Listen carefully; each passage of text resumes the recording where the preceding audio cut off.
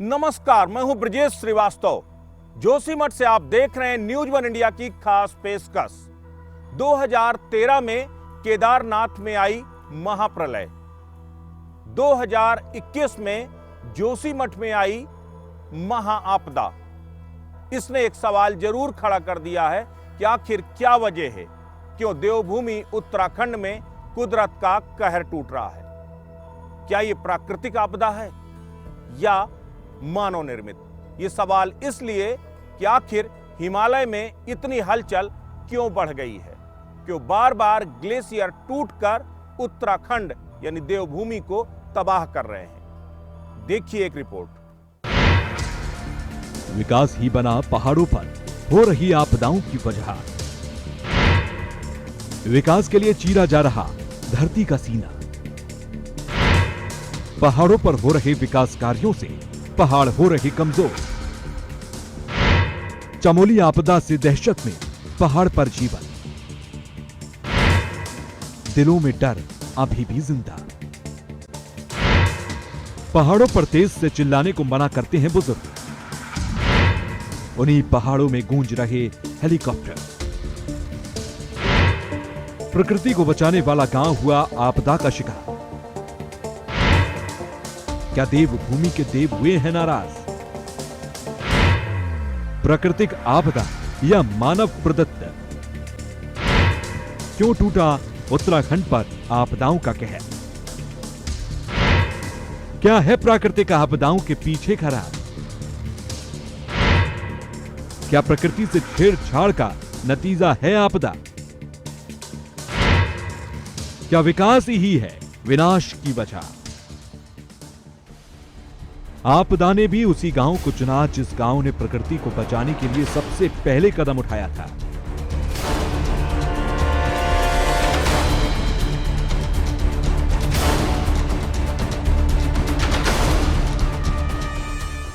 उत्तराखंड के चमोली का रैणी गांव ही वो जगह है जहां से चिपको आंदोलन की शुरुआत हुई थी और महिलाओं ने पेड़ काटने के विरुद्ध अभियान छेड़ दिया था।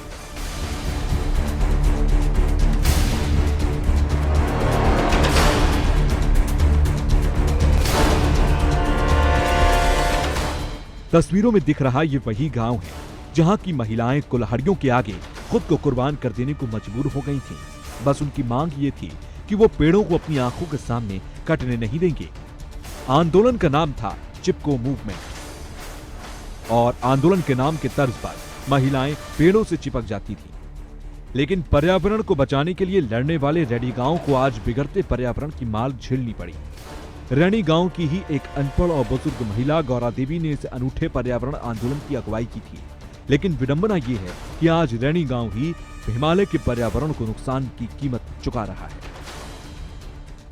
इस वक्त हम मौजूद हैं जोशीमठ यानी उत्तराखंड के उस आध्यात्मिक स्थल जोशीमठ के रैणी गांव में।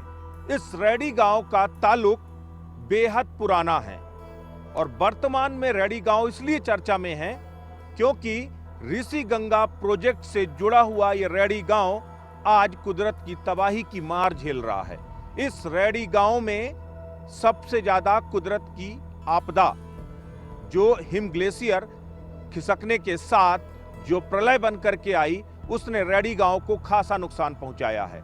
लेकिन आज हम बात केवल रैणी गांव की वर्तमान स्थितियों की नहीं, बल्कि रैणी गांव की अतीत के साथ जो प्रकृति को बचाने की लड़ाई है उसके संबंध में करेंगे। दरअसल इस बोर्ड को देखिए, ये बोर्ड है चिपको आंदोलन की जननी श्रीमती गौरा देवी।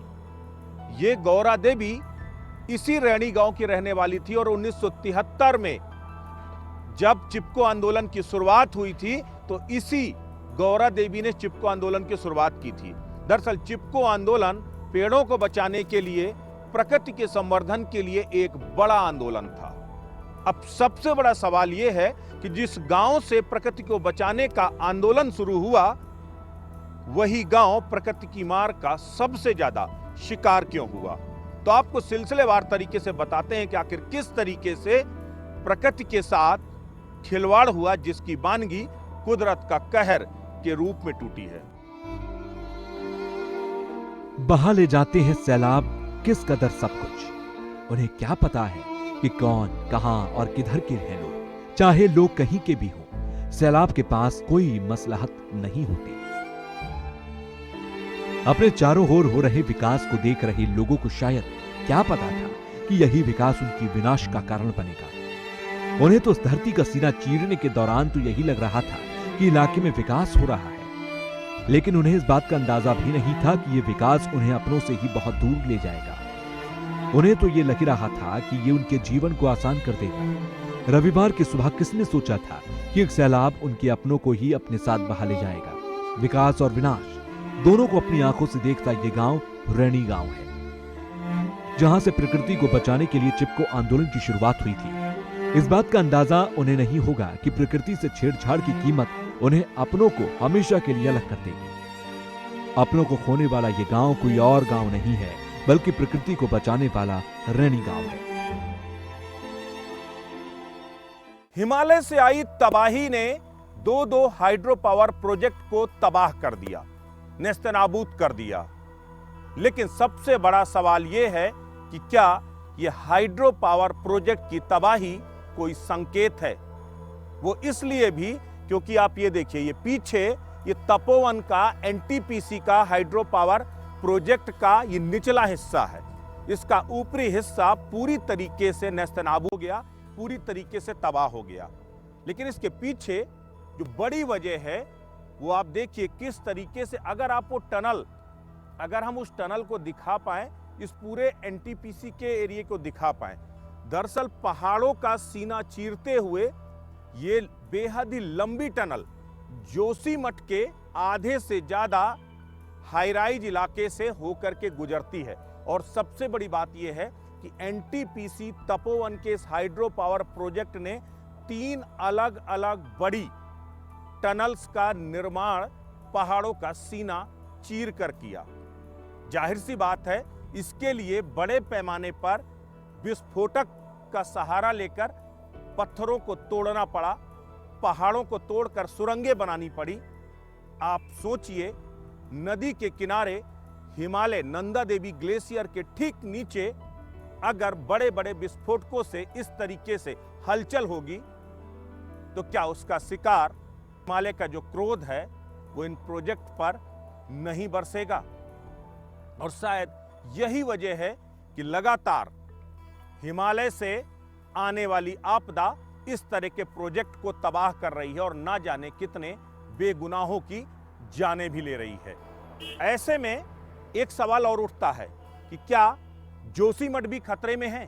क्योंकि अकेले जोशीमठ, जो हजारों साल पुराना आध्यात्मिक शहर है, इसी पहाड़ के नीचे 3 बड़ी बड़ी टनल एनटीपीसी ने तैयार की है इस हाइड्रो पावर प्रोजेक्ट के लिए। बताया तो यह भी जाता कि 2 टनल दलदल से पूरी तरह भर चुकी है, उन्हें बंद करके तीसरी टनल तैयार की जा रही है। एक टनल जिस पर अभी भी रेस्क्यू चल रहा है, सैकड़ों लोग की जिंदगियां वहां पर फंसी हुई हैं। इस तरह की टनल क्या इस ऐतिहासिक और आध्यात्मिक शहर को तबाह नहीं कर देंगी? ये बड़ा सवाल है। ग्लेशियर के टूटने के बाद आई इस आपदा में रैणी गांव के आसपास के ना रास्ते सलामत रहे, न पुल बचे। यहां तक कि रैणी गांव में धौली गंगा और ऋषि गंगा के संगम पर बने 13 मेगावाट की जल विद्युत परियोजना को भारी नुकसान हुआ। रैणी गांव भारत की चीन से लगती सीमा से ज्यादा दूर नहीं है। जोशीमठ से मलारी तक हाईवे जाता है, जिसको खासा नुकसान हुआ है। हाईवे पर बना मोटर पुल बह गया है, जिसकी वजह से इस इलाके का संपर्क बाकी देश से कट गया है। हिमालय से आए सैलाब ने Rishi Ganga hydro power project को तो पूरी तरह तबाह कर दिया, बर्बाद कर दिया। इसके साथ ही एनटीपीसी तपोवन के प्रोजेक्ट को भी नेस्तनाबूद कर दिया।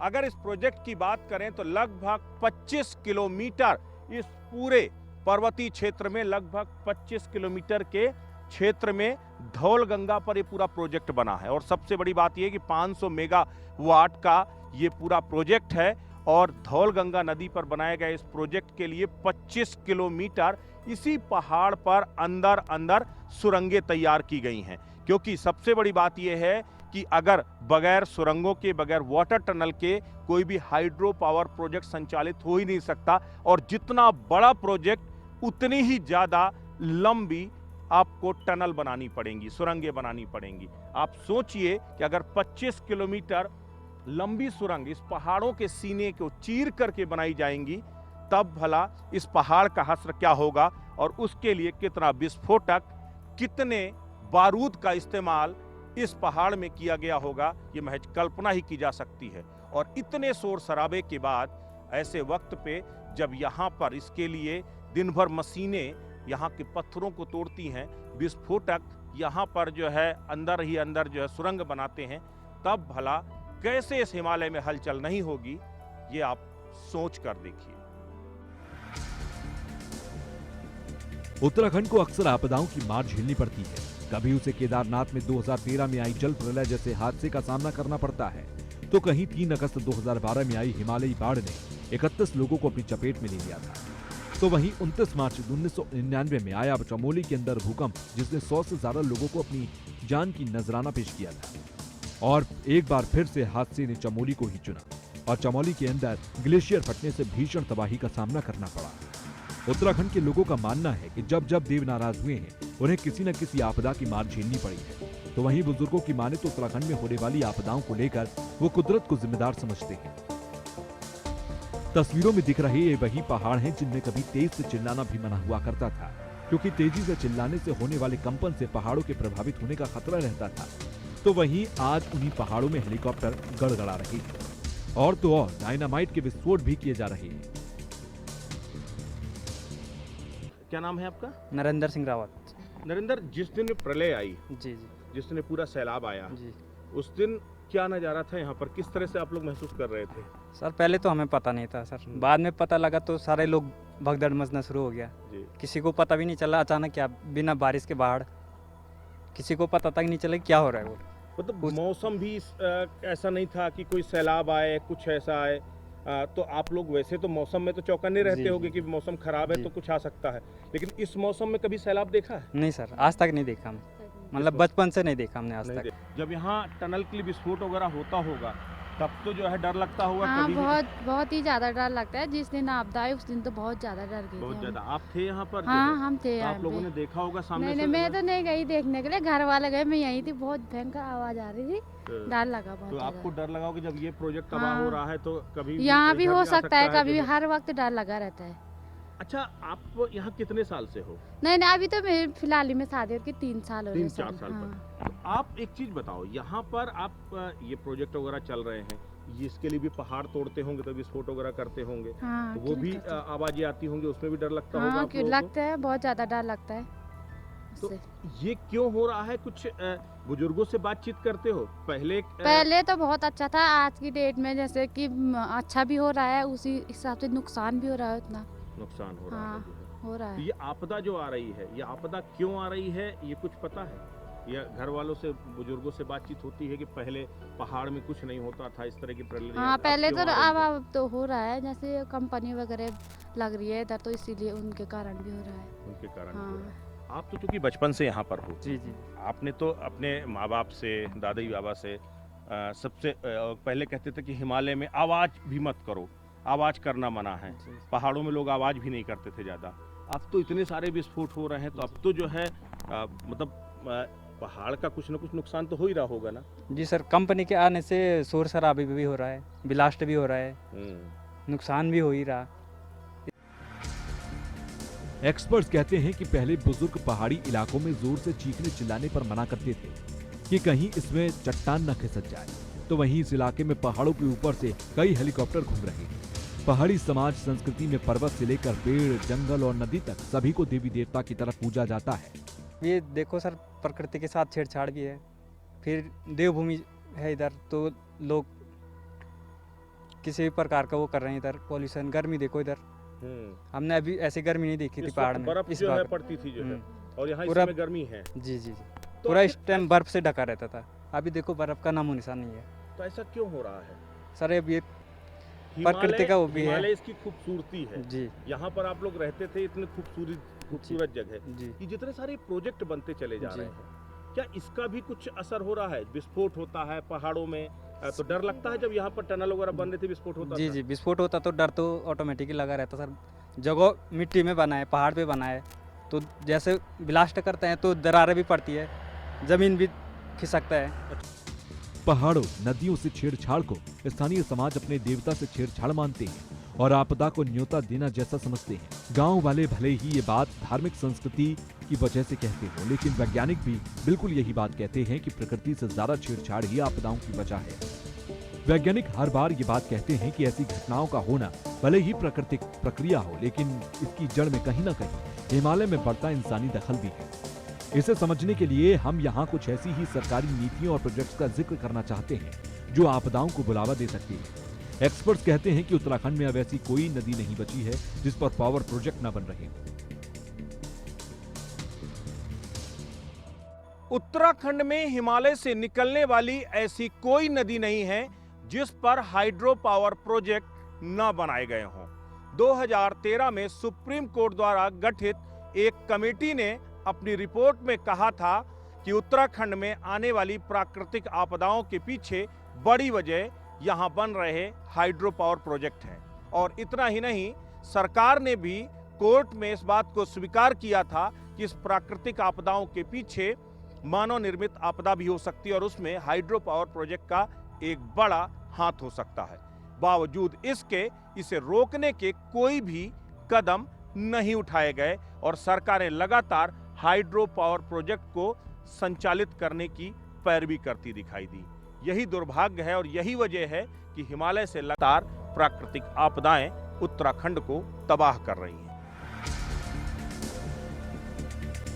जिन पहाड़ों में तेजी से चिल्लाने पर मना किया जाता था, आज उन्हीं पहाड़ों में hydro power project land mine की तरह बिछा दिए गए हैं। ये प्रकृति से खिलवाड़ नहीं तो और क्या है। 2013 के बाद सुप्रीम कोर्ट द्वारा बनाई गई समिति ने यह माना था कि पहाड़ की आपदाओं में पावर प्रोजेक्ट्स की भूमिका को नकारा नहीं जा सकता। सरकार ने कोर्ट में हलफनामा दिया था कि बड़े पावर प्रोजेक्ट्स आपदाओं के लिए जिम्मेदार हैं, लेकिन दुर्भाग्य ये है कि इसके बाद भी सरकार ऐसे प्रोजेक्ट्स को बढ़ावा दे रही है। हमारा जो है सर्विसिंग जो है मैकेनिकल इलेक्ट्रिकल रिलेटेड जो है वो पार्ट्स जो है तो टनल के अंदर भी होगी, अंदर ही फिट होना है। तो ये कितनी लंबी टनल है? ये लगभग जो है 500 मीटर अंदर ही है यहाँ। 500 मीटर। बाकी जो है उधर का जो पानी जो डाउन वहाँ से जो फ्लो होता है वो लगभग एक ब्रांच है, कहीं ब्रांच है। यहाँ से लगभग जो है ऊपर जो दिख रहा है ना ऊपर, वो देखिए वो सरसाफ्ट बोलते हैं जी। वहाँ से एक कुआं टाइप का जो बना हुआ है वहाँ स्टोर होता है पानी। वो गेट मेन गेट है जी। वो गेट का दोबारा जो है ऑपरेशन होता है। उसके बीच में उसका डाउन में लगभग 1-2 किलोमीटर नीचे जो है वो एक कंट्रोल वाल्व जो है वो माउंटेड है। और बाय द वे वहाँ कुछ इधर का कोई प्रॉब्लम आ जाता है वो वाल्व जो कंट्रोल वो कर देगा, तो हाइड्रोलिक ऑपरेशन होता है। इसके अंदर टनल है पूरी जो है ये टनल है पूरी। टनल है, वो लाइनर बिछा हुआ है। अच्छा, स्टील लाइनर जो है ना। तो ये मतलब पहाड़ों को चीर करके ये पूरी टनल बिछाई गई होगी। बिछाएगी जी। तो ये पूरे पहाड़ में है, यहाँ से लेकर पहाड़ में तक जो है पहाड़ में जी पूरा। उत्तराखंड लोक निर्माण विभाग के अनुसार अलग राज्य बनने से पहले उत्तराखंड में सड़कों की लंबाई 19,439 किलोमीटर थी। बीते सालों से ये बढ़कर अब 39,504 किलोमीटर हो गई है। 1 किलोमीटर सड़क बनने पर 20 से 60 हजार क्यूबिक मीटर डस्ट या मलबा निकलता है। जो हजारों किलोमीटर सड़क बनाई गई उसमें कितना मलबा निकला होगा, इसी से अंदाजा लगाया जा सकता है। इस मलबे को कहीं सीधे नदियों में डाल दिया जाता है और कहीं पहाड़ों के ढलानों पर खिसका दिया जाता है और बरसात होने पर अंत में नदी में आ जाता है। इससे बाढ़ जैसी स्थिति होने पर नुकसान कई गुना ज्यादा बढ़ जाता है। पहाड़ों में होने वाली हलचल और हिमालय से आने वाली प्रलय के लिए केवल हाइड्रो पावर प्रोजेक्ट ही जिम्मेदार नहीं, बल्कि पहाड़ों में जो हलचल होती है उसके पीछे एक बड़ा कारण आप देखिए, यहाँ पर बनने वाली सड़कें भी हैं।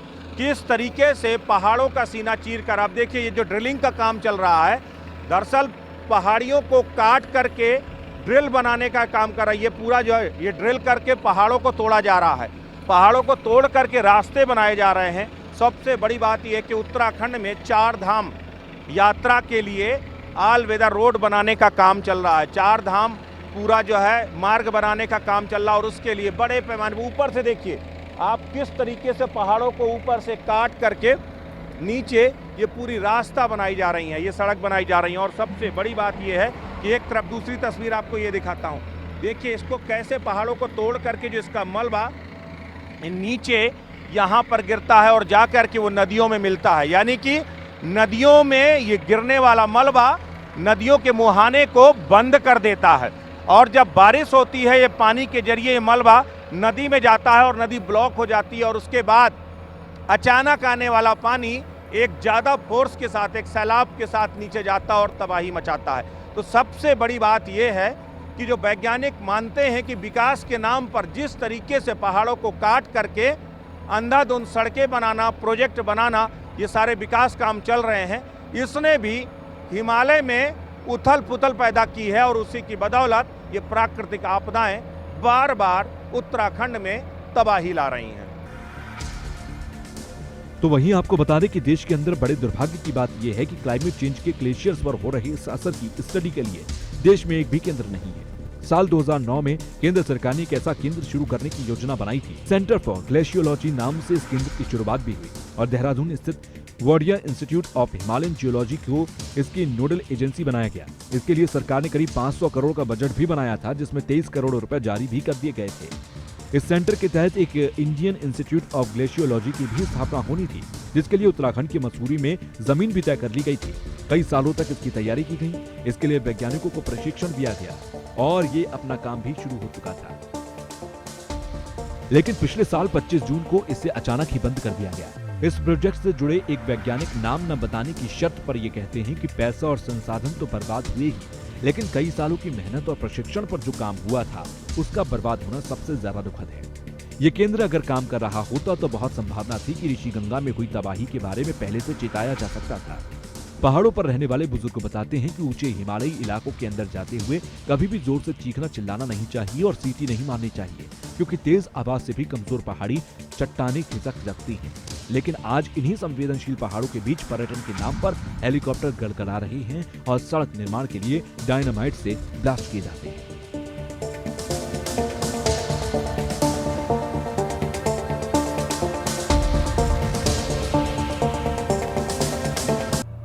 इसे महज दुर्भाग्य ही कहा जाएगा कि क्लाइमेट चेंज होने की वजह से ग्लेशियर पर क्या असर पड़ रहा है, इसे स्टडी करने के लिए हिंदुस्तान में एक भी एक्सपर्ट सेंटर उपलब्ध ही नहीं है। 2009 में केंद्र सरकार ने नेशनल इंस्टीट्यूट ऑफ ग्लेशियोलॉजी बनाने की एक पहल भी शुरू की थी। 500 करोड़ के इस पूरे प्रोजेक्ट के लिए 23 करोड़ रुपया रिलीज भी किया जा चुका था। बावजूद इसके अभी पिछले साल इसके प्रयासों को ठंडे बस्ते में डाल दिया गया। सबसे बड़ा सवाल यह है कि 2013 में केदारनाथ की आपदा, उसके बाद 2021 में जोशीमठ में आई तबाही के बाद भी क्या सरकार जागेगी और ग्लेशियर में हो रहे क्लाइमेट चेंज को स्टडी करने के लिए कोई एक्सपर्ट इंस्टीट्यूट का गठन करेगी या नहीं, ये देखने वाली बात होगी। वीडियो जर्नलिस्ट अतुल व सहयोगी फहीम तनहा के साथ ब्रजेश श्रीवास्तव, न्यूज़ 1 इंडिया, जोशीमठ।